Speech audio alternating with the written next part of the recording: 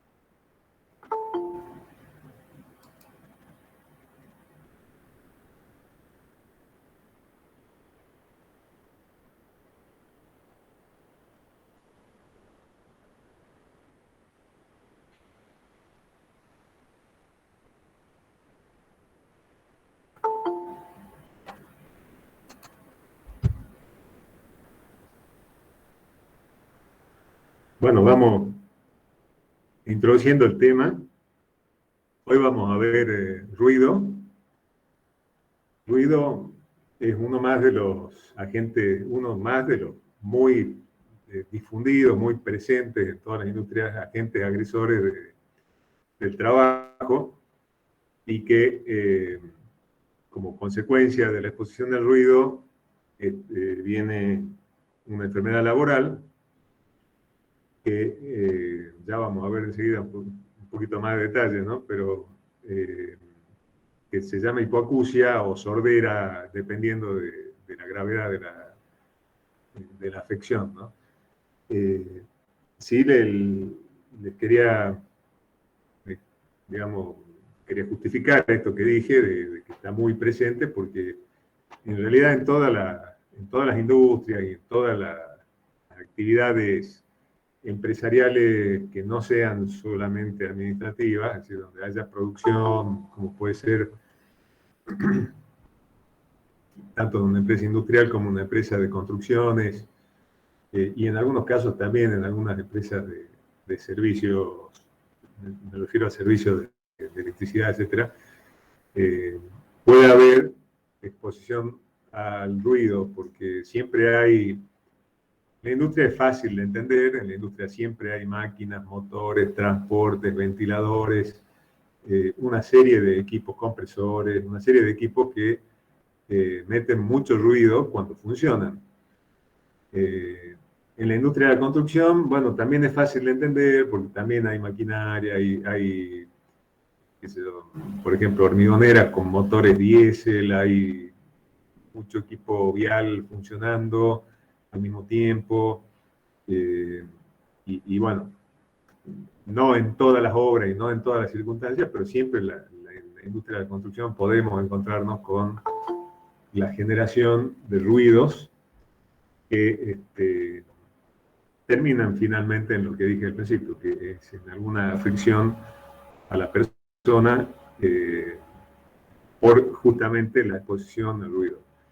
En las industrias locales, digamos, las más comunes, las más conocidas, son, para empezar, la tabacalera, que bueno, cada vez menos tabacalera, porque se han ido cerrando algunas plantas, se ha ido concentrando la actividad en dos o tres, pero lo que queda, digamos, las industrias que quedaron, trabajan con el proceso ya súper conocido de recepción, clasificación del tabaco, acondicionamiento, despalillado, etcétera. Y es una industria que tiene mucho ruido, todas las máquinas hacen ruido, hay muchos motores, muchísimos motores eléctricos dentro de la fábrica. Hay transportes neumáticos que son, digamos, dentro de los transportes uno de los más ruidosos. Hay autoelevadores funcionando, normalmente hay una dotación importante de autoelevadores, muchos autoelevadores que funcionan todo al mismo tiempo con motores a explosión, la mayoría de gas licuado, pero en algunos casos también diésel. Después la industria de bebidas y la industria de cerveza, que bueno, tenemos solo una a escala digamos, de consumo masivo. Hay un montón de artesanales pequeñitas, pero ese es otro problema, digamos, la industria cervecera, en el caso de la cervecera que tenemos acá en Salta, el proceso realmente ruidoso, el proceso de embotellado y de lavado de botellas, ¿no? Donde hay un transporte de una gran cantidad de botellas a velocidades importantes después de la lavadora, y el ingreso a la lavadora también hay un montón de botellas que van chocando entre sí y van generando mucho ruido.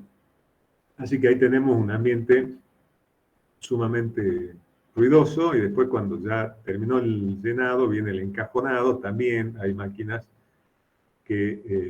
y tareas que generan mucho ruido. En la industria de bebidas cola, sodas y demás, de nuevo algo parecido, todo lo que sea botella de vidrio es ruidoso. Cuando se usan envases PET y envases de plástico, hay una una parte del proceso que es el inflado de botella, que también es ruidoso, al margen del ruido que ya de por sí tiene el resto del proceso. Ni hablar de la industria minera, porque la industria minera, si bien digamos, en la mayoría de las que conocemos o están más difundidas, hay mucho proceso químico, pero también hay mucho movimiento con cintas transportadoras y demás. Cuando es la explotación tradicional, hay mucha molienda de minerales, procesos muy ruidosos. Este, bueno, acá pues, en realidad hay una fábrica de levaduras donde trabajé mucho tiempo y ahora se está reactivando.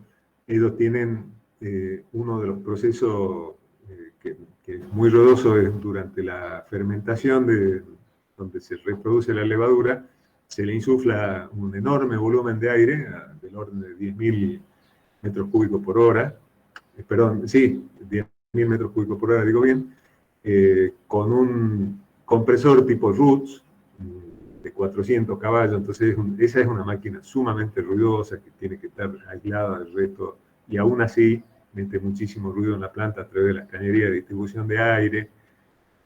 En fin, van a encontrarse particularmente en la industria, pero en muchas otras actividades, con el fenómeno del ruido. Por eso este tema es un tema importante dentro de los temas de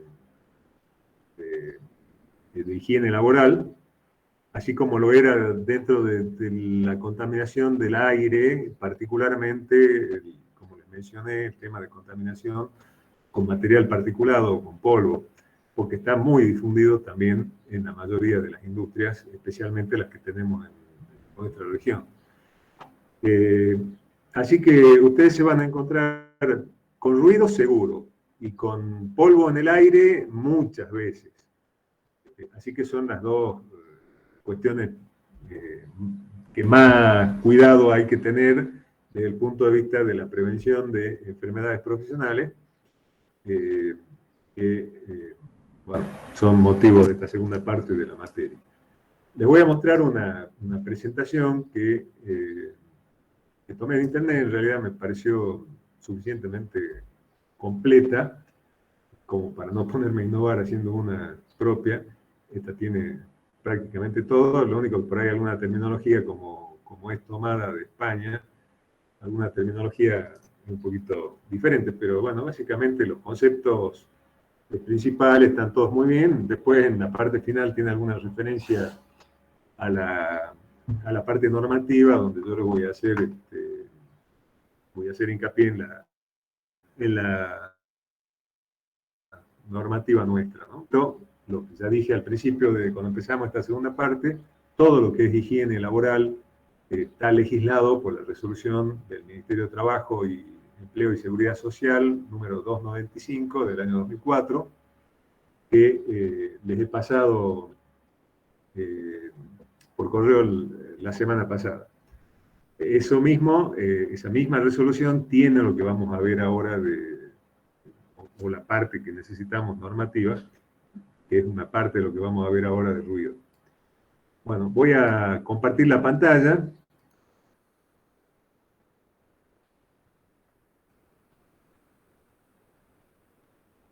Y vamos a poner la presentación. Acá, en esta primera filmina, están los objetivos de la charla, digamos, de la presentación más que nada.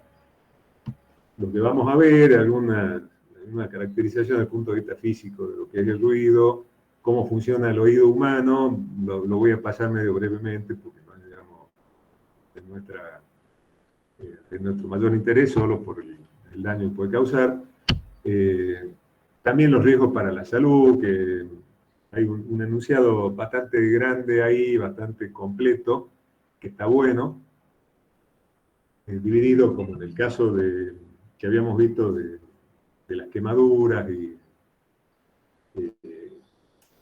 digamos, perdón, no de las quemaduras, sino de los accidentes eléctricos. en efectos que son más inmediatos y efectos que son más mediatos, ¿no? Después tenemos las medidas de prevención. Vamos a ver un poquito de equipos de protección personal que tiene, digamos, exactamente las mismas características que lo que usamos acá en la Argentina. Y el último punto, que está más relacionado a la parte legal, lo voy a saltear y me voy a ir a la legislación nacional. Bueno, acá hay como una clasificación media general de los contaminantes del ambiente de trabajo. Acá hay que hacer una diferenciación, no es lo mismo un contaminante del ambiente de trabajo de un contaminante del ambiente en general, ¿no? Si bien a veces son cosas parecidas, denme un segundito que vamos a darle entrada a un compañero de ustedes si logro encontrar cuál es la pantalla que tengo que... Voy a hacer acá. Voy a tener que salir del modo presentación, me parece.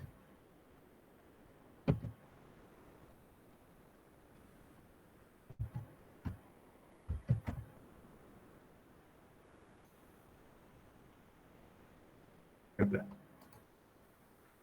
Ahí admitimos a Ronald. Hola, Ronald. Seguimos con el tema. Entonces, vuelvo a esto. Siguen viendo la presentación, ¿verdad? ¿Me confirman, por favor? Bueno, sí, profe. Entonces, estaba diciendo que si bien hay algunas situaciones que son bastante parecidas, no es lo mismo cuando hablamos de contaminación ambiental en general, cuando hablamos de contaminación del ambiente de trabajo. En el ambiente de trabajo hay cosas que son propias de un proceso, de una actividad laboral, que generan, digamos, una afectación hacia adentro y particularmente hacia quien está trabajando en ese proceso, y puede ser de origen químico, físico o biológico, y en particular dentro de las que son de origen físico, tenemos este caso del ruido, que acá, digamos, el autor ha desprendido de origen físico los que son debido a algún tipo de energía, y dentro de eso ha puesto energía mecánica, y divide en tres: vibraciones, ruido, presión. Nosotros vamos a ver principalmente lo de ruido. De vibraciones por ahí les paso algún material, que uno les pega una leída y más o menos va a tener una idea, no es un tema tan complejo, y también está incluido en la resolución 295. Bueno, hay una definición de lo que es el sonido, un poco ya ustedes seguramente lo han definido quizás en física. Sabemos que es una onda de presión que viaja a través del aire, que llega al oído humano. Algunos autores, cuando hablan de higiene laboral, dicen, bueno, que una cosa es un ruido armónico y un ruido agradable, y otra cosa es un ruido desordenado y demás. En definitiva, lo que daña al oído es la presión sonora excesiva, así que se trate de música o de cualquier otro ruido, va a terminar dañando el oído, ¿no?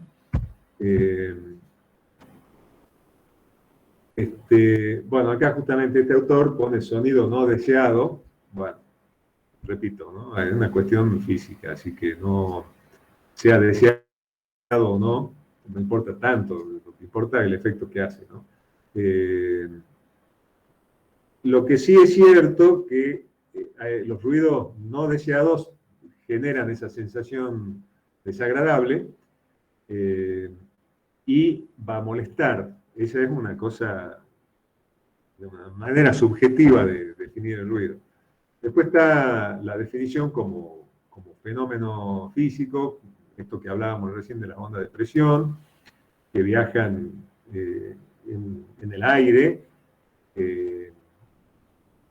obviamente donde no hay un medio como el aire u otro medio físico, y si tuviéramos el vacío absoluto, no va a haber propagación del ruido. Se requiere de partículas que se muevan y transmitan una onda de presión. Eso es un aspecto importante.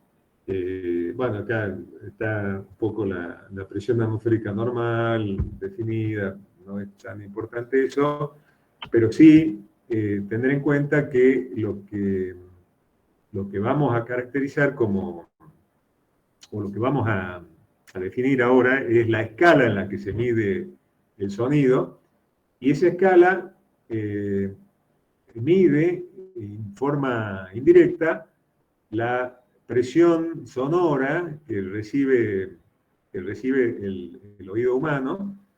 Y esta medición, como el oído humano tiene, digamos, una sensibilidad muy particular, la mayoría de los sentidos de los seres vivos son así, pueden captar una variación muy pequeña, como fíjense acá en la parte de la izquierda de esta tablita, habla de 20 micropascales, es un nivel de presión muy bajo, y el oído humano ya a partir de ese orden de magnitud es capaz de ahí para arriba, digamos, es capaz de notar una sensación. Y bueno, eventualmente esta escala llega hasta niveles muy altos, acá habla de 200 millones de micropascales,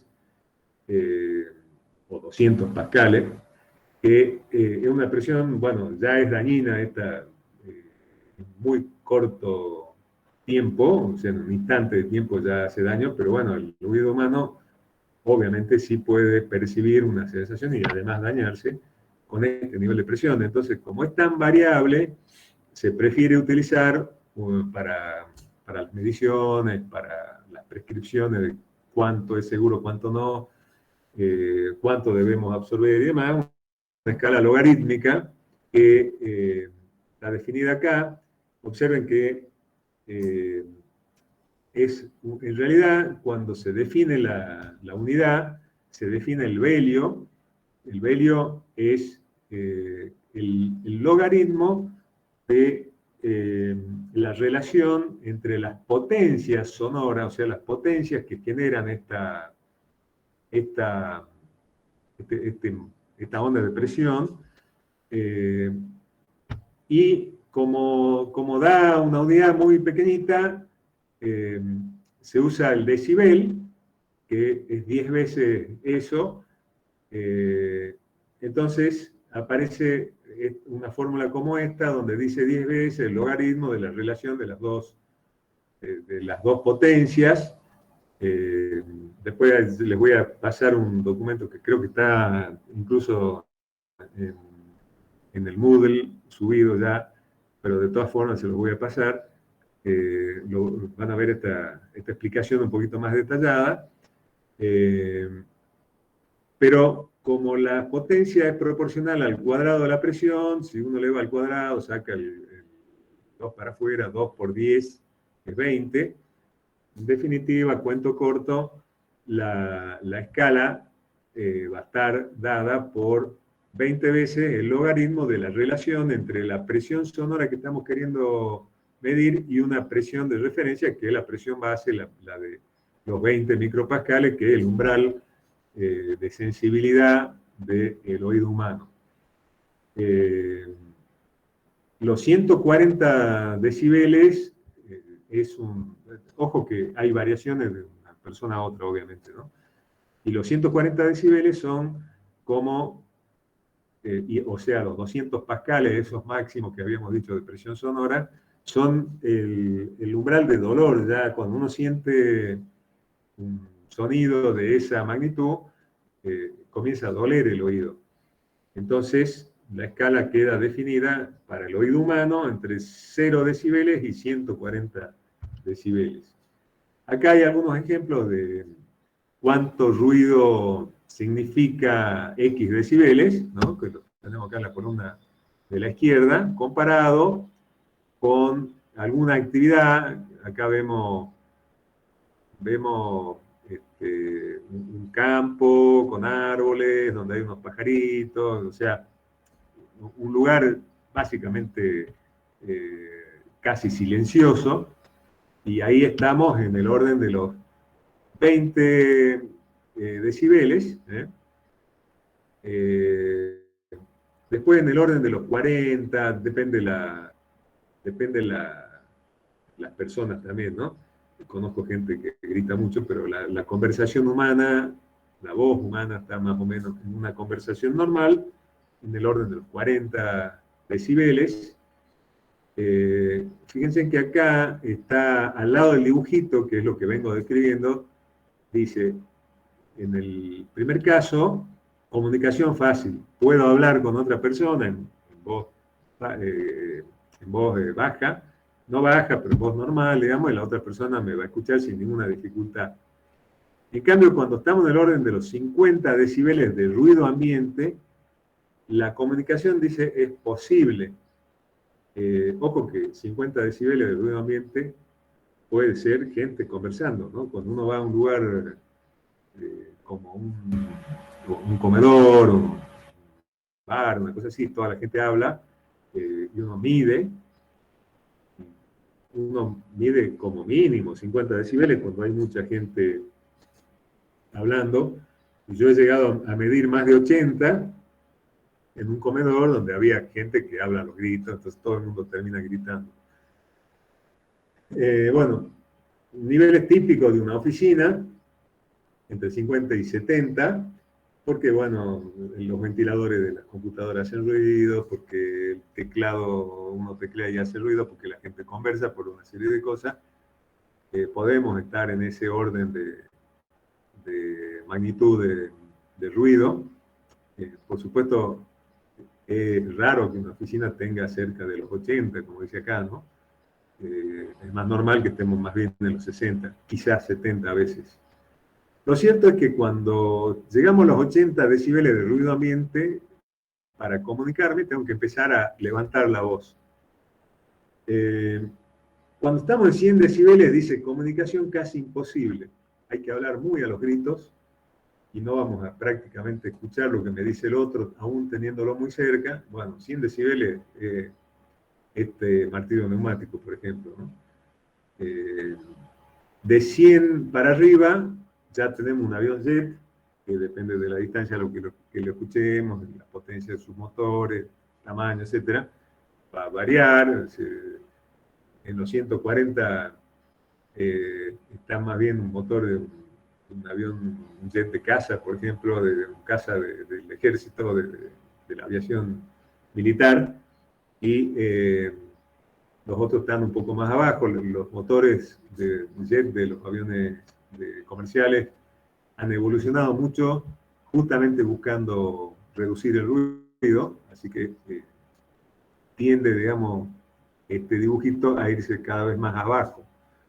Pero para que ustedes se den una idea, lo normal en una industria típica nuestra es que estemos arriba de 90 decibeles. Algunos procesos, yo recién cuando comencé a describir algunas de las actividades que tenemos acá en la región, les mencioné una fábrica de levaduras con un soplador de tipo RUT, de mucha potencia.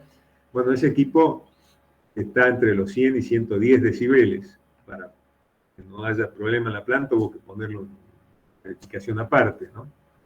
Y eso es mucho ruido, realmente es mucho ruido. Vamos a terminar de entender este concepto de mucho ruido un poco más hacia el final de la presentación. Bueno, cuando hay varias fuentes que emiten ruido, nosotros sumamos las fuentes y la potencia, o mejor dicho, la relación de presiones sonoras en la escala logarítmica no se duplica si tengo dos fuentes de la misma potencia, sino que aumenta 3 decibeles. Cuando tengo dos fuentes de 50 decibeles, acá hay un ejemplo de 50 y 51. Vamos a suponer que esto fuera 50 y 50. Acá esto me daría exactamente 53 decibeles. Esto significa que, digamos, al hacer la suma logarítmica pasa esto, pero básicamente significa que cuando aumento 3 decibeles tengo el doble de ruido. Eso es muy importante porque uno a veces dice, 3 decibeles más, 3 decibeles menos, poco. No, no es poco. Justo el doble de la presión sonora, de la relación de presiones sonoras, justo el doble de la potencia de la fuente. Así que cuidado con esta escala que puede ser un poco mentirosa en algunos casos. Otra característica, lo que hemos visto, tenía que ver con el volumen del sonido. Ahora tenemos que pensar también en las frecuencias. También el oído humano es sumamente flexible en cuanto a el rango de frecuencias que puede escuchar. Puede escuchar frecuencias del orden de los 20 Hz, que es una frecuencia muy baja, muy grave, a 20.000 Hz, que es una frecuencia muy alta, ruido muy agudo, muy chillón. Y bueno, acá hay una definición de lo que es una frecuencia, ustedes ya lo saben porque han estudiado física, así que no voy a profundizar en esto. Lo que sí es importante saber que fuera de ese rango de frecuencias, nosotros tenemos hacia las frecuencias bajas lo que se conocen como infrasonidos, que no son normalmente audibles por el oído humano, y por encima de estos los ultrasonidos, que tampoco son audibles, pero sobre todo los ultrasonidos pueden ser muy dañinos para la salud humana a pesar de que no se escuchen. Entonces hay que tener algún cuidado en la medición y en la determinación de cuál es el tipo de sonido que tenemos, ¿no? Bueno, además de eso, otra característica que tiene el ruido es que puede ser estacionario o continuo, y como ejemplito acá el autor ha puesto un motor eléctrico, o sea, cuando funciona un motor eléctrico, una bomba, una máquina de ese tipo, uno siente un sonido constante, puede ser un zumbido más fuerte, menos fuerte, pero es un sonido constante que no varía. Sonido discontinuo o no estacionario, acá hay una persona cortando con una sierra, cuando corta hace mucho ruido, cuando deja de cortar para mover la pieza ya no hace tanto ruido y así está variando, digamos, es un sonido no estacionario. Y por último, hay un dibujito de alguien que está forjando una pieza de metal, en este caso con un martillo y un yunque, y eso se llama ruido de impulso o impacto. En la industria no solamente se producen, como están estos tres ejemplos, los sonidos tanto continuos y estacionarios, como no estacionarios, como de impacto, sino que las máquinas tienen sus características y pueden producir cualquiera de estos tres, de estas tres características de sonido, ¿no? Bueno, acá hay algo referente a cómo es la composición del oído humano. Básicamente, el oído humano tiene tres partes de lo que es el oído externo, que es la oreja y el canal auditivo, hasta la zona previa a donde está el tímpano, que es la membrana que se mueve cuando recibe el impulso de la onda de presión sonora. El oído medio, que es toda la transmisión mecánica de ese sonido a través de tímpano y los huesitos que amplifican ese movimiento mecánicamente, como dije, para excitar otra membrana que está en la cóclea, que es este órgano que es como un caracol, que está relleno de un líquido, y el cual está unido a los nervios que lo conectan con el cerebro para que podamos escuchar justamente o percibir la sensación que produce el sonido que ha excitado primero el tímpano, ¿no? Que ha llegado a nuestro aparato auditivo natural, produciendo ese movimiento y produciendo una onda de presión ahora de un líquido dentro de este órgano, que tiene por dentro unos pelitos que se llaman cilias, que perciben ese movimiento del fluido que está acá adentro, y esos pequeños movimientos que tienen las cilias son los que generan la señal que va por el nervio auditivo finalmente. Esto es importante saberlo porque justamente los daños permanentes del oído son porque esos pelitos se fatigan, se rompen y ya no tiene el nervio que llegaba hasta esa cilia, no tiene que le transmita el movimiento de lo que está pasando dentro de la cóclea. Bueno, esa forma que tiene la cóclea es precisamente para que haya cilias que tienen sensibilidad a unas frecuencias y otras que tienen sensibilidad a otras frecuencias. Entonces puede abarcar esa gama tan amplia que habíamos visto de 20 a 20.000 hercios. Así que un poco el problema reviste en que la persona va a perder, si está expuesta mucho tiempo, toda su vida, etcétera, laboral, a un determinado tipo de sonido, va a perder la capacidad de escuchar determinado tipo de frecuencia, ¿no? Con esa frecuencia, bueno, hay algunas frecuencias que son más críticas que otras y hacen que después lo vamos a ver un poquito más adelante, no me quiero adelantar mucho. ¿Cuáles son los efectos más inmediatos? Inmediato no quiere decir que yo escucho ruido y ahí nomás siento todo esto, ¿no? Sino quiere decir qué me va afectando de a poco y cuáles son los primeros síntomas de los efectos del ruido, dependiendo, por supuesto, de la intensidad, de la sensibilidad, de una serie de otros condicionamientos. Hay afectaciones sobre el aparato circulatorio, sobre el aparato respiratorio, sobre el aparato digestivo, sobre el metabolismo, sobre los músculos, sobre el sistema nervioso. Hay cuestiones psicológicas, e incluso he llegado a leer alteraciones en el aparato reproductivo, que no sé si es verdad, pero un muy buen argumento cuando uno está capacitando a los trabajadores para que usen los protectores auditivos y demás, ¿no? Eso lo afecta más que ninguna otra cosa. Bueno, sobre el aparato circulatorio, principalmente el aumento de la presión arterial, del ritmo cardíaco, una vasoconstricción periférica son los síntomas primeros. Sobre el aparato respiratorio, bueno, hay alguna alteración del ritmo respiratorio. Sobre el aparato digestivo es medio obvio lo que pasa, pero bueno, lo que no es obvio que sea por el ruido, ¿no? Y bueno, lo demás son trastornos bastante más difíciles de percibir, ¿no? Pero que pueden existir y que uno tiene que saber, porque a veces pasan estas cosas, qué sé yo, el último aspecto, el psicológico, por ahí la persona está irascible, está idiota, como se dice habitualmente, y uno no sabe por qué, y resulta que por su exposición al ruido, que si no la tuviera, le cambia como el carácter, digamos, ¿no? Y en cuanto a los efectos más permanentes, ya después de mucho tiempo de que la persona ha sido sometida al ruido, viene en primer lugar la fatiga auditiva, que se habla de fatiga auditiva cuando hay una disminución de la capacidad auditiva, pero que es reversible con el descanso. El descanso, como dice acá, ¿no?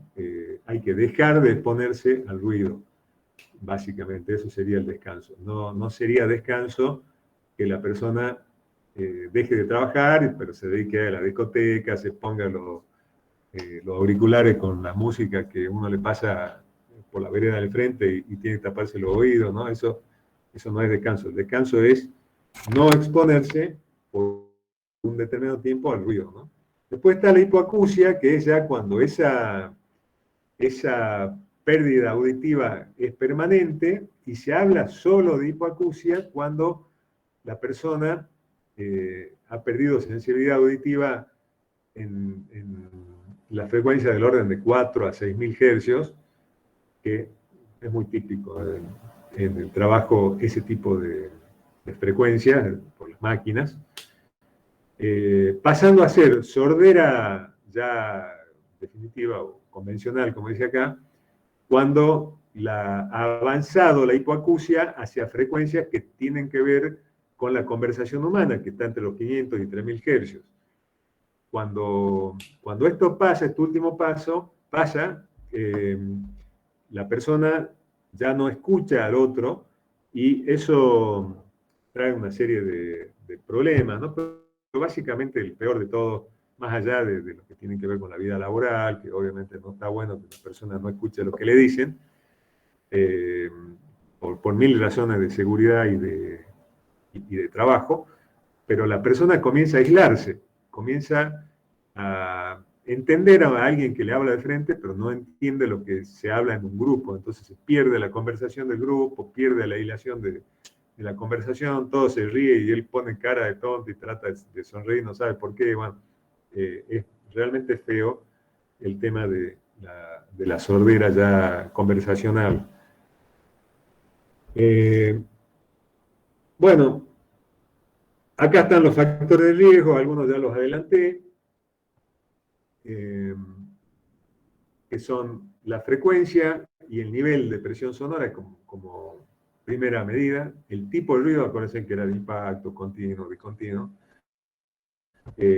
la distancia al foco sonoro, porque como todo fenómeno radiante, el ruido va decreciendo con el cuadrado de la distancia que uno interponga entre la fuente y uno mismo, ¿no? Después, características individuales, como ya había dicho, hay gente que es más sensible que otra, hay gente que, digamos, fuera de la sensibilidad, se les produce esa fatiga antes que a otra, y hay gente que se les produce la hipoacusia antes que a otra, ¿no? Bueno, otros factores propios del ambiente de trabajo y de los medios de protección utilizados. O sea, todo esto influye para aumentar o disminuir el riesgo de finalmente tener una enfermedad laboral. Para, para poder prevenir es muy importante medir en el caso del ruido, como en todo, ¿no? Pero en el ruido es particularmente importante porque uno, al tener, digamos, uno esa capacidad de que el oído se adapte, quizás no puede diferenciar entre una presión sonora y el doble de esa presión sonora tan fácilmente, pero la afectación de tipo física a la persona sí va a ser importante. Entonces es muy importante medir con un decibelímetro. Los decibelímetros tienen más o menos esa pinta, yo tengo uno, pero no lo tengo acá, así que no lo voy a poder mostrar. De cualquier forma, tienen todos más o menos estas mismas cosas, tienen un micrófono, tienen un indicador de uno lee lo que está midiendo el equipo, y hay algunas características como selección del tipo de escala. La escala básicamente es una curva de respuesta que se asimila más o menos al oído humano. Hay tres escalas, la A, la B y la C, la que se usa normalmente como una escala de respuesta que se asimila mucho al oído humano es la A. Las otras tienen otros usos. Y en cuanto a la respuesta, uno puede medir en respuesta rápida o respuesta lenta. En respuesta rápida, si tiene presunción de que hay ruidos de impacto o ruidos así de muy corta duración, y respuesta lenta es como que promedia más lo que el equipo está midiendo, ¿no? Cuando el ruido es variable durante la jornada de trabajo, durante la tarea, es importante hacer una integración del ruido recibido. O sea, acuérdense de que habíamos dicho, bueno, un tipo de ruido, el ruido constante, el ruido estable, que es igual siempre. Entonces, si la situación fuera que la persona trabaja en un puesto de trabajo donde siempre tiene, durante todas las horas de trabajo, el mismo nivel sonoro, no hay problema de que yo haga una medición puntual. Ahora, si el ruido va a ir cambiando, porque típicamente los procesos son así, van cambiando por diferentes razones, el ruido no es constante, entonces tengo que integrar y sacar un nivel sonoro equivalente que es contra el que voy a contrastar los niveles de seguridad. Hay un equipo que se llama dosímetro, que además de hacer esta integración, es portable y se lo puede colocar uno en la ropa a un trabajador y decirle, bueno, vos andás a hacer tu tarea como siempre, y entonces la persona va, viene, se expone a esto, sale de ese lugar, se mete en otro lugar que tiene otro nivel de ruido, y finalmente el equipo nos va a dar, además de toda una secuencia de lo que le ha ido pasando a la persona, para que veamos también los niveles máximos, nos va a dar el promedio en nivel sonoro continuo equivalente al que tuvo la persona expuesta. Esta es la forma más segura y más, ¿cómo diría?, más precisa de determinar el riesgo con un dosímetro, pero uno debería ponerle un dosímetro a cada trabajador y lo ideal sería que sea de manera simultánea para que podamos comparar a distintas personas que hacen el mismo trabajo en el mismo horario, pero se mueven por distintas partes de la planta. Como eso no es posible, normalmente se utiliza un equipo, unos pocos dosímetros, para tener una idea, y equipos integradores que uno los va llevando de un lugar a otro y puede después sacar, conociendo, digamos, cómo es el ciclo de trabajo de cada persona, saber su exposición al ruido, finalmente, ¿no? Bueno, ya llegamos a la parte de prevención. En la parte de prevención, como siempre, primero medidas de ingeniería, o sea, actuación sobre la fuente productora de ruido. Después, medidas de ingeniería, pero ya no sobre la fuente, sino sobre el medio de propagación. ¿Qué puedo hacer para que el ruido no se propague por el medio? Bueno, no voy a poner la fábrica al vacío, que sería ideal, porque ahí no va a haber transmisión de sonido ni incendios, pero la gente no va a vivir, así que va a ser, y sería sumamente caro. Así que lo que tengo que hacer es evitar que el ruido rebote, excite otros elementos que vibran y generen otro sonido, y por lo tanto tengo que tratar de que el medio, particularmente paredes, revestimiento y demás, sean lo más absorbente posible. De esa forma voy a evitar, voy a atenuar, digamos, la propagación en el medio.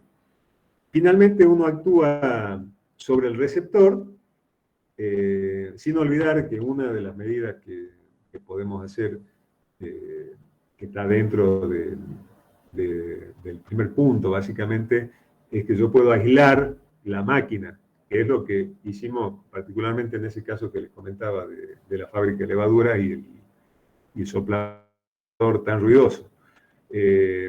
Fuera de eso, ya cuando todo lo demás se ha hecho y no se ha podido lograr una reducción suficiente, o sea, seguimos estando en niveles que no son seguros, ya hay que actuar sobre el receptor, fundamentalmente colocándole elementos de protección, y o reducir su exposición. Ahí dice control administrativo, quiere decir que uno regula, por ejemplo, los turnos de trabajo para que el tiempo que la persona está expuesta al ruido se reduzca. Esto se puede hacer en vez de poner a una misma persona que esté todo el tiempo al lado del proceso de sus 8 horas de trabajo haciendo eso que tiene que hacer en un lugar donde tiene un nivel de ruido muy alto. Bueno, poner a una persona que esté las primeras 4 horas y poner a otra persona que esté la segunda 4 horas y que se turnen el complemento de su turno de trabajo en otra actividad que se haga en un sector más silencioso, ¿no? Esto es posible y en algunos casos se hace, aunque lo he visto muy poco, la verdad, implementado de este modo en la práctica. Bueno, esto es simplemente lo mismo que dije recién y que decía la filmina anterior, solo que con algunos dibujitos, ¿no? Para fijar un poco la idea. Acá hay un ejemplo de haber puesto algún material absorbente en un techo o interponer una pared entre la máquina y la persona. están medio chiquititos, pero bueno, después cuando les pase la presentación, capaz que le pueden hacer un zoom y verlo un poco mejor. En cuanto a los protectores auditivos, hay básicamente de dos tipos. Son los intraurales, son los de inserción, los que se colocan dentro del oído. Si me están viendo en la pantalla, acá tengo yo unos que uso personalmente, en algunos casos que son los de tipo intraural, y son particularmente los que son tipo esponja. No sé si lo están viendo. ¿Estoy enfocando bien o no lo ven? A ver, confirmen, por favor, que lo vean. ¿Se ve? Bueno. Después les voy a enseñar cómo se colocan. El otro es el protector de copa. Acá ya vienen algunas de las cuestiones de jerga, ¿no? Pues les dije que esto no era argentino. De cualquier forma, orejera sí se usa acá. Solo que profesionalmente preferimos decir protector de copa, que es mucho más elegante, aunque en definitiva es lo mismo, ¿no? Así que el protector de copa es justamente como una copa, como una taza, algo que se va a poner envolviendo a la oreja de la persona, que tiene un material absorbente para que, digamos, justamente detenga la onda, o por lo menos disminuya la onda de presión sonora, y a nuestro oído llegue muy atenuada. Los dos se usan sin problemas. A veces se usan combinados. Estos protectores de inserción intraorales, que son de espuma de goma como este, suelen tener una capacidad de atonación incluso mayor que la de los protectores de copa, ¿no? Pero quizás para ciertas frecuencias son mejores los de copa, y para otras frecuencias más altas son mejores los intraurales, ¿no? Bueno, en los protectores de copa ustedes van a ver que vienen independientes para usarlos sobre la cabeza, o vienen para acoplarlos al casco. Y bueno, cuando se acoplan al casco, normalmente uno los puede levantar, tienen como un mecanismo así que hace clic, digamos, y lo traba abierto, por lo tanto uno está escuchando. Después uno se lo pone sobre el oído, lo aprieta un poco el bracito que lo sostiene el casco, y uno siente otro clic y quedan fijados con presión contra el cráneo de uno, y ahí atenúan bastante bien. De estos tipos de protector de copa, algunos vienen con sistema de intercomunicación incorporado, pero algunos muchachos de la industria meten ¿cómo se llaman? Los auriculares de su sistema de audio, de su celular, dentro del protector de copa, y a veces con un volumen muy alto. Entonces uno dice, bueno, lo estoy protegiendo el ruido de la fábrica, pero se está afectando el oído con su música, ¿no? Así que tienen su preocupación, sus complicaciones los protectores de copa. Y de los tapones intraurales, hay reusables y descartables.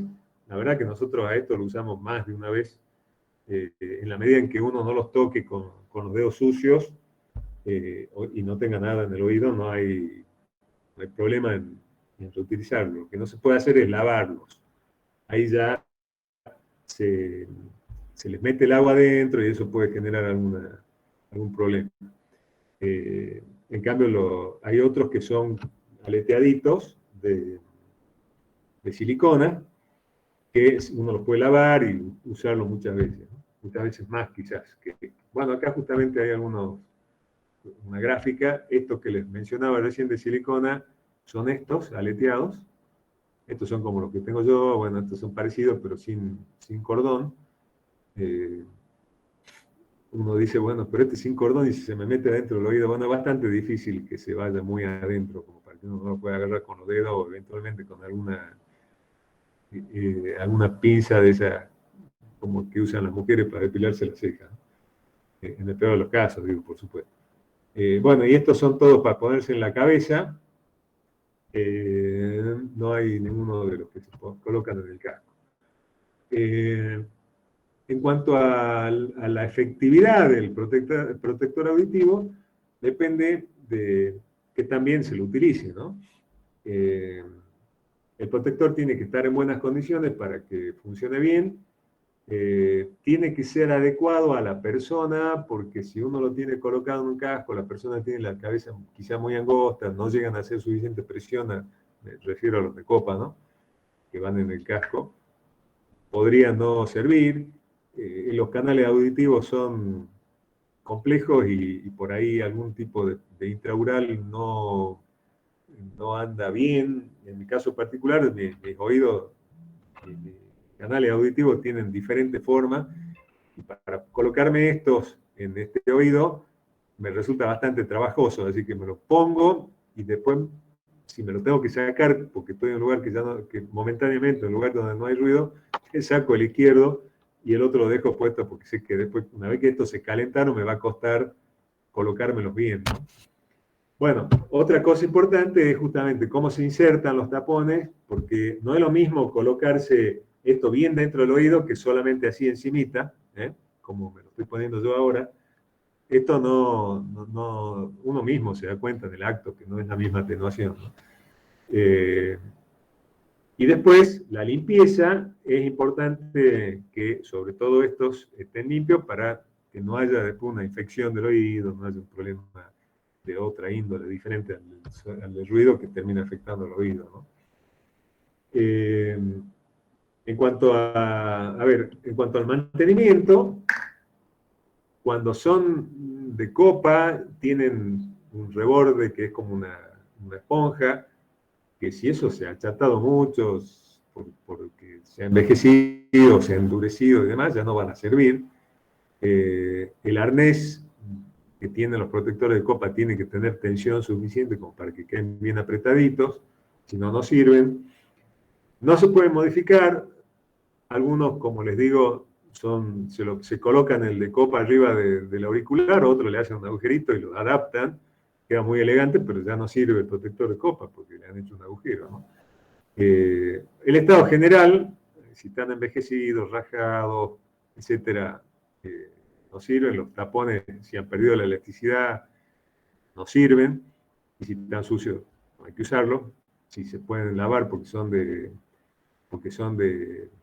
silicona, habría que lavarlo, y si no, decantarlo directamente, ¿no? Bueno, en cuanto a cómo colocarse uno de estos, normalmente uno lo tiene que afinar con las manos, como estoy haciendo yo, dejarlo así, finito, y enderezar el canal auditivo tironeando de la punta del oído, de la oreja, mejor dicho, y meterlo en el canal auditivo, y después uno espera un ratito y esto se va a volver a expandir y uno no es que no escucha nada, tienen la particularidad de que las frecuencias relacionadas con la conversación, con la voz humana, pasan más fácilmente que otros sonidos, ¿no? Bueno, eso en cuanto a los tapones.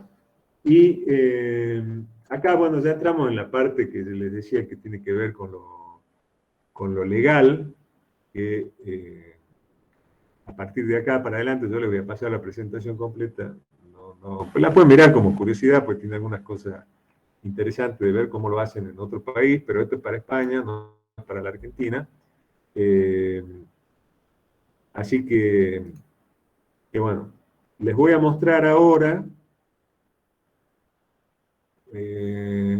lo que dice la 295, la resolución 295, lo que está, lo que nos da, digamos, bueno, acá habla de definiciones, de lo que es infrasonido, de lo que es sonido de baja frecuencia, una serie de cosas, cómo se hace la comparación o la determinación de si estamos en riesgo o no, cuando hay dos ambientes de trabajo con distintos niveles de ruido, etcétera, pero que eso es bastante fácil de entender, incluso hay algún ejemplo acá en la norma, pero sí me interesaba mostrarles esta tablita que yo les había dicho que el nivel sonoro considerado seguro para el trabajo eran 85 decibeles. Pero miren bien esta tabla. Esta tabla empieza en 80 decibeles, pero lo que está diciendo ese es el nivel máximo considerado seguro para una exposición de 80 decibeles 24 horas. O sea, nadie trabaja 24 horas. O sea, esto no es una exposición laboral. 16 horas no es una exposición laboral normal, pero puede ser una exposición laboral en un turno extendido de trabajo, a veces en un sistema de roster como tienen las mineras. Entonces, si la persona trabaja 16 o más de 8, no debería ser 85 decibeles como es considerado a nivel permitido o seguro como máximo en una jornada de 8 horas, sino que hay que reducirlo. Si la jornada es de 16 horas, hay que bajar 3 decibeles, porque acuérdense que 3 decibeles es la mitad de la potencia sonora, la mitad de la presión sonora a la que la persona está expuesta. Entonces, también observen que a partir de los 16 decibeles para adelante va creciendo de a 3, o sea, va duplicando. 82 decibeles, 85 decibeles, 88 decibeles, 91, 94, etc. Pero el tiempo, considerado seguro a ese nivel de presión sonora, a esos decibeles, se va cortando por la mitad. Pasamos de 8 horas a 4 cuando subieron 3 decibeles. Pasamos de 4 a 2 cuando subieron otros 3 decibeles. Pasamos de 2 a 1 hora como jornada laboral completa a ese nivel sonoro cuando son 94 decibeles. Industrias con 94, 95 decibeles, estoy cansado de ver, hay muchísimas. La persona no debería estar sin protección al menos más de 1 hora, si no queremos tener si no queremos tener problemas. Denme un segundito que voy a responder una llamada que estaba esperando. Disculpen un segundito, ya seguimos.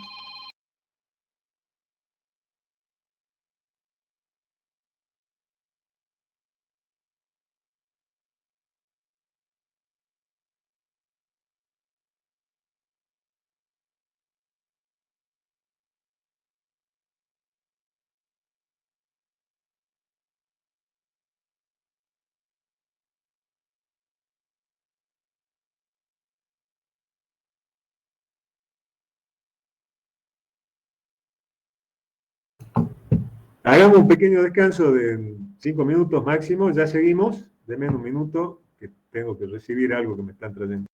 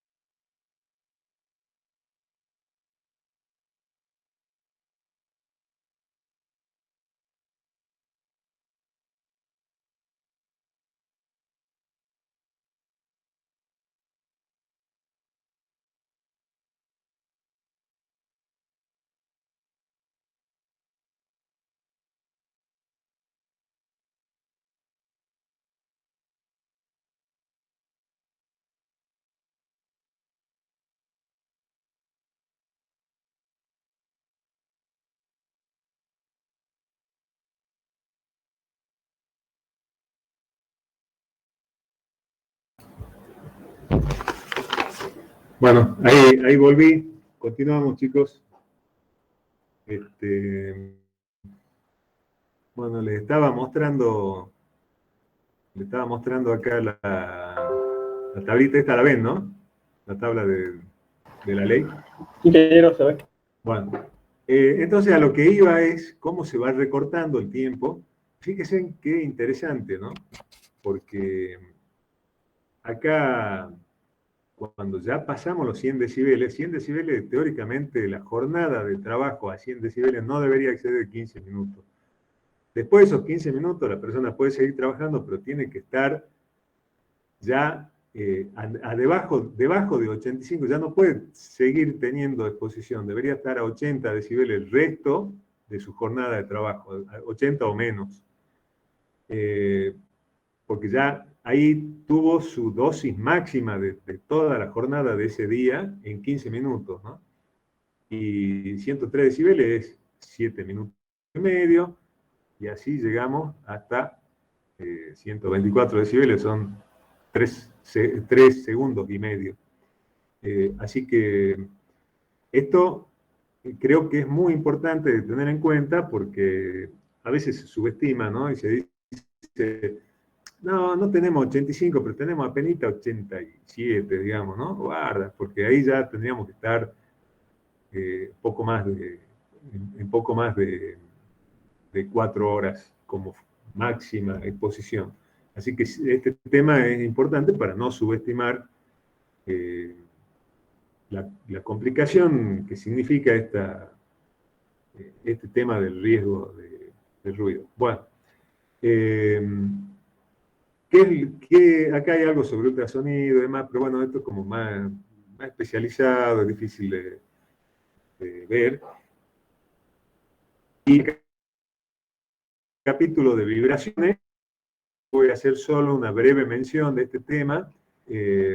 Básicamente, ¿con qué se van a encontrar ustedes? Vibraciones hay de dos tipos, ¿no? No de dos tipos, sino fundamentalmente afectan de distinta manera. Hay vibraciones del cuerpo entero, que son las más difíciles de encontrar, y vibraciones que afectan sobre todo a los miembros superiores, que es cuando la persona trabaja con una máquina que vibra. Puede ser un taladro, una moladora, un martillo neumático, la máquina que vibra y que él sostiene en la mano. Cuando esto se pone peligroso cuando esa exposición a esa vibración es muy larga y ¿qué es lo que va a hacer la vibración?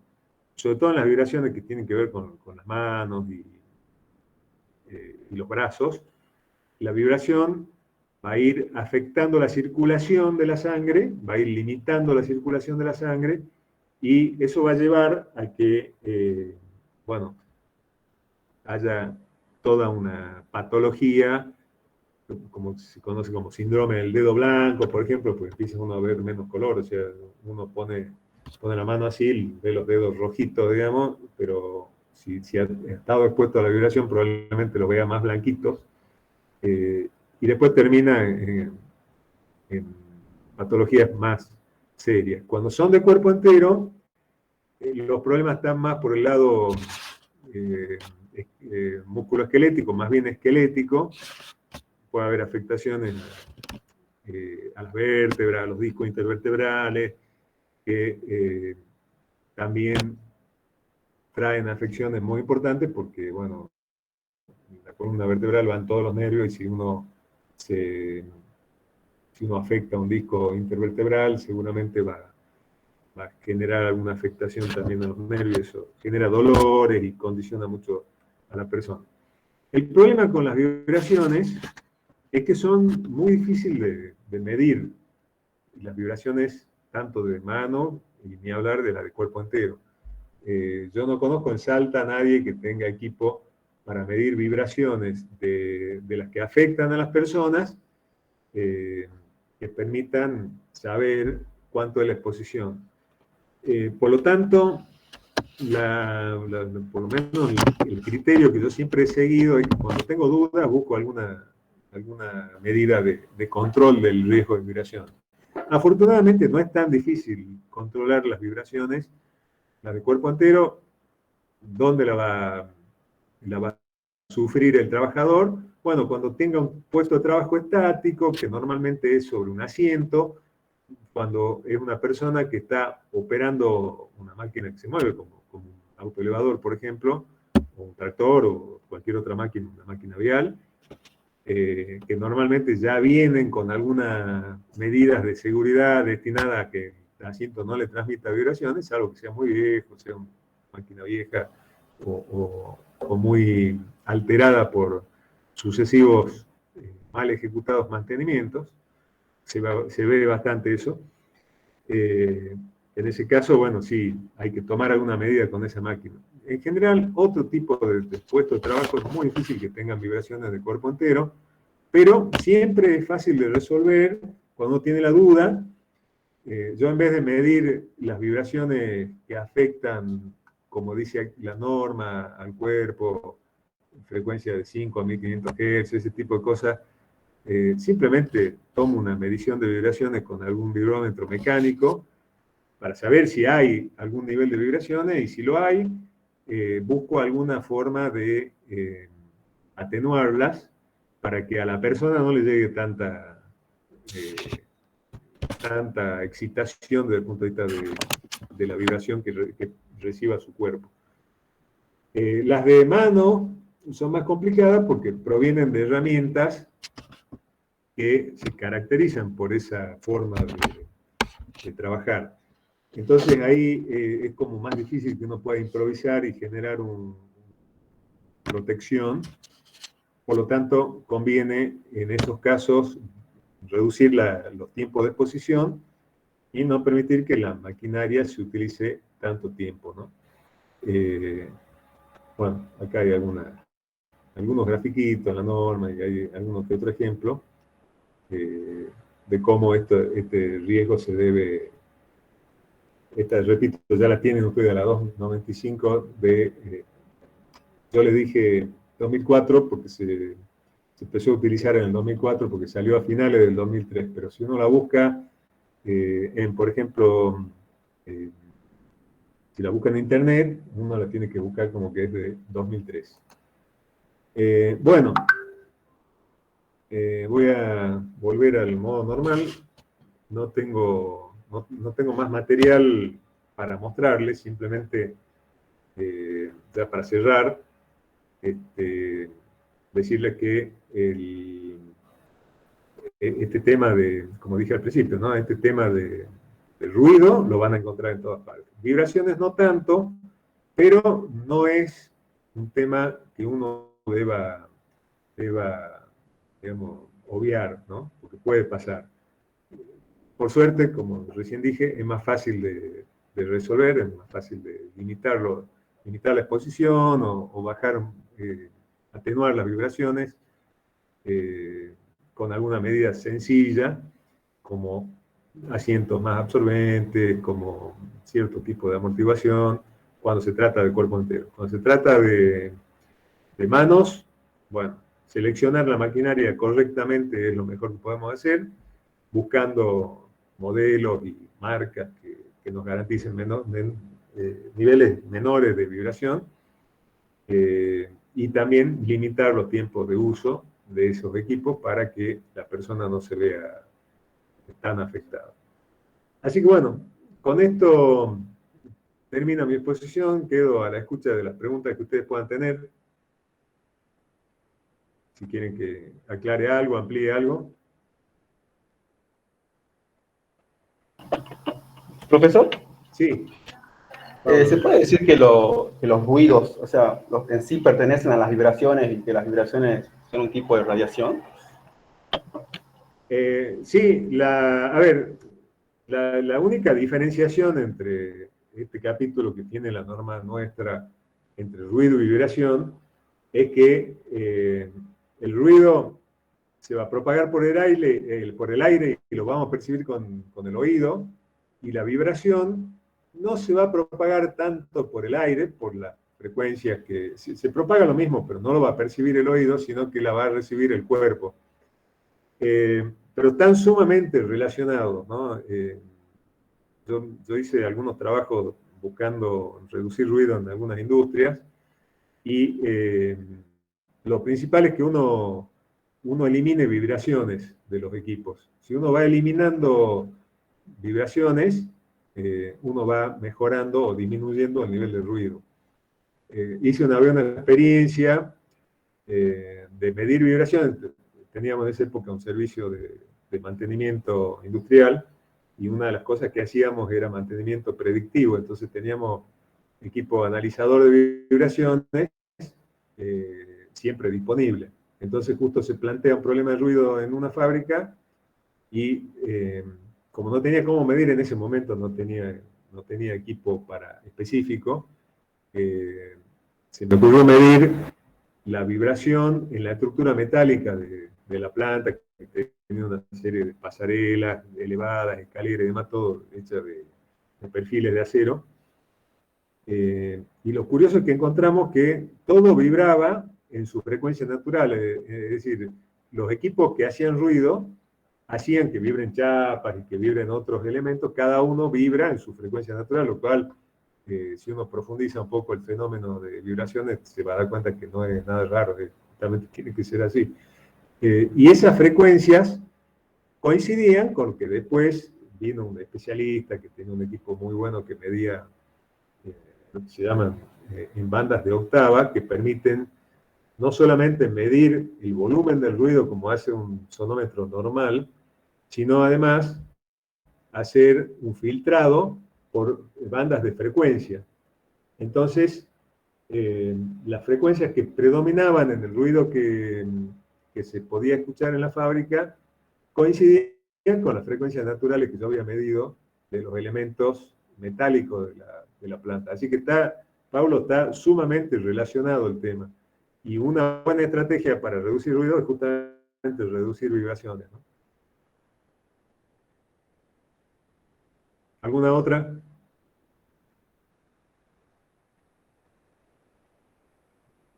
¿Hay más preguntas o no hay más preguntas? Profesor, yo la otra pregunta que le iba a hacer, esa frecuencia de la que hablamos, ¿es la del equipo? Depende de la instalación, porque tengo entendido que hay equipos que tienen una frecuencia propia, que no tiene que ver con la frecuencia de alimentación de la red, que es de 60 Hz o de 50. No, claro, la frecuencia que producen ruido y las vibraciones que van a producir no tienen que ver con la frecuencia de la red. O sea, la frecuencia de la red está relacionada a la velocidad de giro. O sea, sí, hay alguna, a la velocidad de giro de los motores. Hay alguna, ¿cómo te diría? Alguna conexión. ¿Por qué? Porque el motor gira, los motores normalmente son asincrónicos. Si vos tenés una frecuencia de 50 Hz, un motor normal debería girar a 1500 revoluciones por minuto, pero en realidad todos los motores giran un poquito menos, hay un desfasaje, giran a 1450 RPM. Pero ese motor está moviendo una transmisión, supongamos, de engranajes. Y los engranajes tienen X cantidad de dientes. Entonces, cada vez que engranen 2 dientes del engranaje, se produce una vibración, un golpe que produce una vibración. ¿Cuántos dientes tiene el engranaje? Multiplicado por la cantidad de RPM que tiene el eje del motor o de la máquina, te va a dar cuál es la frecuencia de la vibración que está excitando al sistema. Eso hace que haya una frecuencia predominante que está relacionada con esa en el ruido de la máquina. Pero no es solo eso, porque una vez que se traslada al aire la vibración, el aire va a hacer vibrar otras cosas, y esas otras cosas vibran a su frecuencia natural.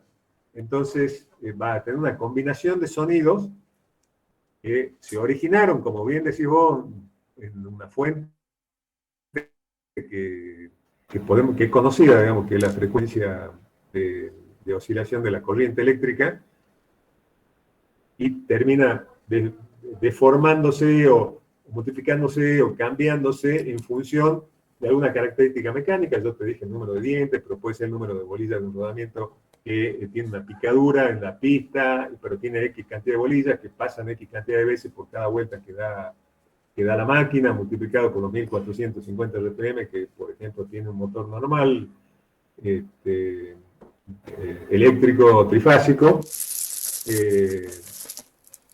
Bueno, todo eso te va a generar esa vibración que genera un sonido y ese sonido va a impactar sobre otra cosa que no está vinculada mecánicamente, solo por el aire, y esa otra cosa también va a vibrar y va a emitir otra frecuencia.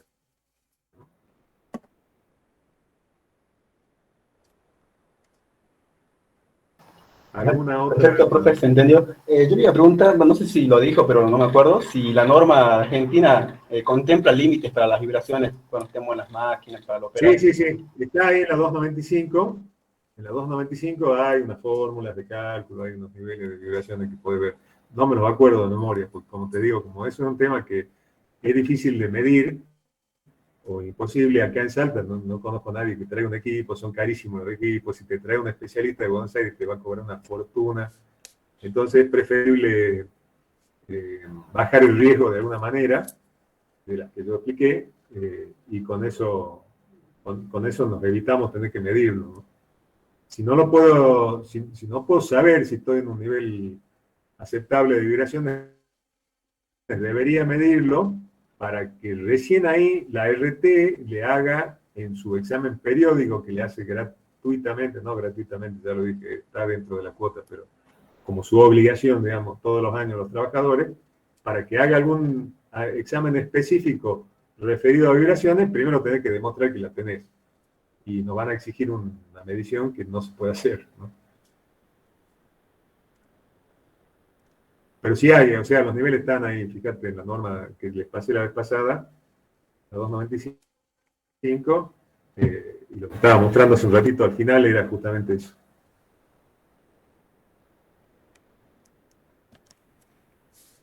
Ingeniero, ¿Alguna otra? una consulta. Sí. Ya más un poquito para saber en cuestión de experiencia de usted, ¿cómo se hace para que el operario realmente no adultere el tema de los cascos? El casco, qué tema. Porque, o sea, yo Porque, tengo mi cuñado que sí, él trabaja en Cerámica Norte y me vive contando que vive jodiendo con los cascos para ponerse a escuchar música a él y yo ya le expliqué, le conté que los riesgos que puede claro. correr, pero... Y como él deben ser varios los que están Mira, en la situación esa. el primer punto es la concientización, ¿no? Lo primero que tiene que hacer, o sea, capacitarlo, explicarle cuáles son los riesgos. Entre los riesgos, mencionarle que afecta al aparato reproductivo, que eso le da mucho miedo y generalmente da buenos resultados para que la persona se concientice. Y la segunda etapa es la concientización, ¿no? A veces es necesario algún tipo de sanción cuando no se están usando bien, a pesar de haber sido capacitado, de que firmó la planilla, de que le hiciste un cuestionario y sabe cómo se debe usar y qué es lo que no se debe hacer. Bueno, ahí lamentablemente a veces no queda otra. Yo soy enemigo de las sanciones por temas de seguridad, pero sí soy consciente de que muchas veces no hay otra forma. Cuando los grupos de personas son muy grandes, es difícil llegar a sensibilizarlo de manera directa con la relación personal. Cuando los trabajadores no son tan numerosos, sí es posible esto último, ¿no? Pero bueno, como primera medida deberíamos tratar de que los supervisores sean los que se concienticen y ellos sean los que tengan la bajada, porque ellos tienen relación más directa con los trabajadores. Claro. Pero bueno, Y ese a tipo de veces no se sanciones puede. pueden llegar a ser del tipo económica o de qué tipo no Eh, sé? puede, porque si te suspenden un día en el trabajo, ese día no lo cobras. Entonces es una sanción económica. Pero por ahí conviene decirle, bueno, mira, no te doy hora extra a vos porque vos no querés cumplir con las normas de seguridad, llevarlo un poco más por ahí. También es económico en el fondo, ¿no? Siempre todo es económico. Ujú. O por ahí al revés, se pueden dar premios. Entonces, decir, bueno, yo hago auditorías y los que tienen los elementos de protección bien colocados, en buenas condiciones, bien cuidados, a fin de mes le damos algún premio, que a veces es una tontera, es un matafuego para la casa, o algo más sencillo todavía, una linternita, un llaverito, lo que sea. Por ahí tiene mejor resultado cuando es por la positiva, digamos, por buscar un incentivo, ¿no? Claro. Eso suele ser mejor. Pero bueno, hay muchos métodos, hay toda una estrategia de gestión de la seguridad, que creo que la mencioné cuando empezamos el curso, que es la seguridad basada en comportamiento, conocida por la sigla en inglés de BBS, Behavior Based Safety. Esa forma de gestionar la seguridad se basa precisamente en buscar que la gente, se basa en un sistema de premios, fundamentalmente, y eventualmente castigos, para que la gente vaya adoptando hábitos seguros de trabajo. En la medida en que la seguridad se va haciendo un hábito, ya la persona lo hace casi sin pensar, o sea, se pone el casco, se pone el protector como corresponde y todo, sin que sea un esfuerzo acordarse y decir me lo tengo que poner y todo eso, ¿no? Pero bueno, no es fácil, es una lucha larga y bastante ingrata muchas veces, porque por ahí la gente que uno cree que entendió, que eso finalmente termina haciendo la trampa o la macana esa que decir que hacen ellos, ¿no? Así que así, Nico. Perfecto, gracias, profe. No hay por qué. ¿Alguna otra pregunta?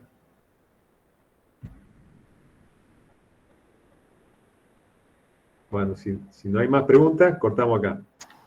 Profesor, yo lo último que quería preguntar era Dale. de la parte, ninguna duda del riesgo eléctrico. Por ejemplo, si Sí. una persona sufre una descarga, pero supongamos que la corriente no pasa por el corazón, y esta persona igual aún puede llegar a sufrir un infarto, me quedé con esa duda.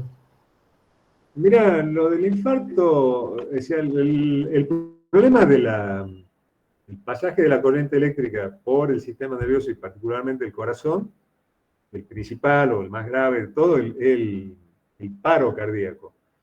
El infarto es algo que es más difícil de... El infarto básicamente es una partícula que anda dando vuelta por el cuerpo, un trombo, que puede ser un coágulo, por ejemplo, que se va a alojar en algún vaso sanguíneo, una pequeña venita del corazón y va a hacer que un pedacito del músculo del corazón no reciba sangre y por lo tanto se muera, se necrose y bueno, eso es el infarto. Mientras más grande sea el taponamiento y más grande sea el área del corazón que afecte, más grave es, por supuesto, ¿no?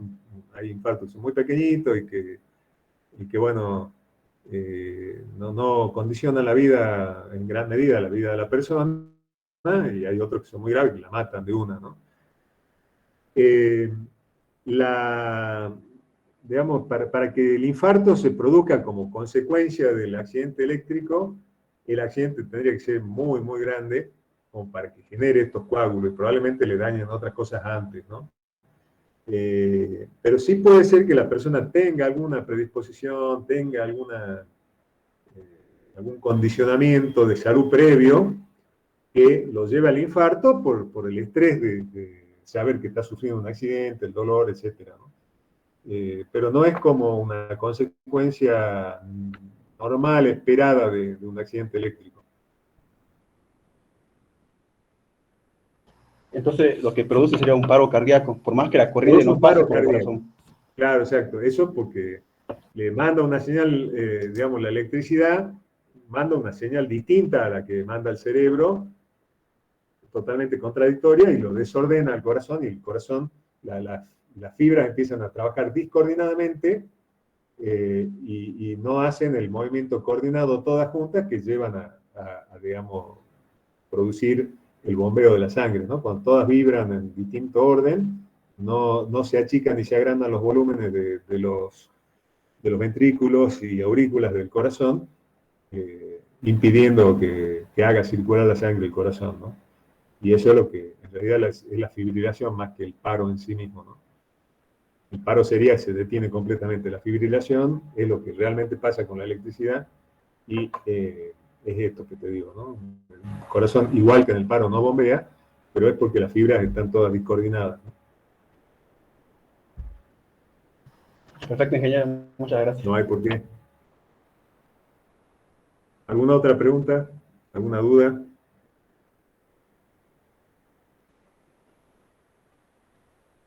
Si no hay más dudas, ¿terminamos? ¿Les parece? ¿Es la última clase, profe, o tenemos clase la clase que viene, el martes que viene? Vos sabés que no he hablado con Tarcaya, a ver si ya tiene preparado el parcial. Creo que esta sería la última. Esta sería la última. Claro, sí, no, esta es la última. Esta es la última. Efectivamente. Así que, bueno, ahora les paso el material para que tengan sobre este tema también.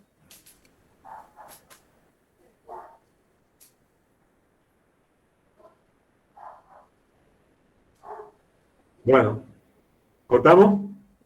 ¿Ahora sí? Chao. Hasta Bueno, luego. Bueno, profe, hasta luego. muchas Hasta gracias, luego, ingeniero. profe. Hasta luego, gracias.